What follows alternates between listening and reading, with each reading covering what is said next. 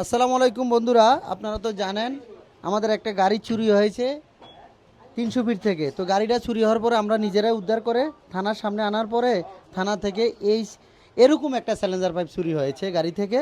তো অবশেষে খুঁজতে খুঁজতে আমরা দোলাইখাল এনে এখন এই বাইর কাছে পাইলাম, তবে কিনে নিলাম। মানে এটা আমাদের মালটা না, আবার আমরা এরকম একটা মাল কিনে নিলাম বাই থেকে। তো আসলেই এই ভিডিওটা করার উদ্দেশ্য হচ্ছে এটা দায়ভার কে নিবে। থানার সামনে থেকে আমাদের গাড়ির পার্টস চুরি হয়ে যাচ্ছে, এটা দায়ভারটা কি থানায় নিবে না আমরা নিব? কারণ আমরা ভালো গাড়ি থানার সামনে রেখেছি, ওইখান থেকে চোরে চুরি করে নিয়ে গেছে। তো 60,000 টাকা দিয়ে এই স্যালেঞ্জার পাইপটা বাই থেকে কিনলাম। ভাই নেন, এই টাকাটা নেন।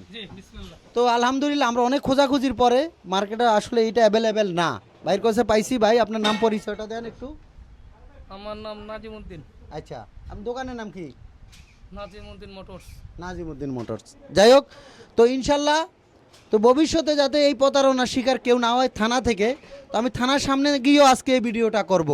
কারণ থানা থেকে আমাদের মাল চুরি হচ্ছে, তাহলে এটার সাথে কারা জড়িত আমরা অবশ্যই জনগণের কাছে এটা বিচার চাই। তো ধন্যবাদ সবাইকে।